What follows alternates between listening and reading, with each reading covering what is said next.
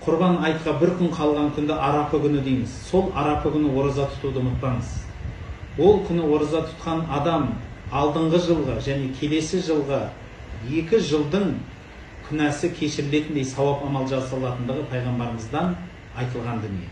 Соны ұмытпай, сол арапа күні ораза тұту, жұрттарға жақсы сыйлық беріп, құрбан айттарымен құттықтайтын, дайындық қылатын күн. Соны ұмытпаңыздар.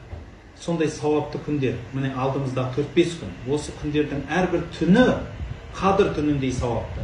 Әрбір күні қадір түнінің күніндей сауапты. Рамазанның әрбір күніндей керемет киелі болған, күнә жасау қиын болып, ауыр болған, сауап амал есе болатын күндер. Құрметті бауырлар, осы күндерді құнды, мәнді, әдемі қылып өткізуді ұмытпаңыздар.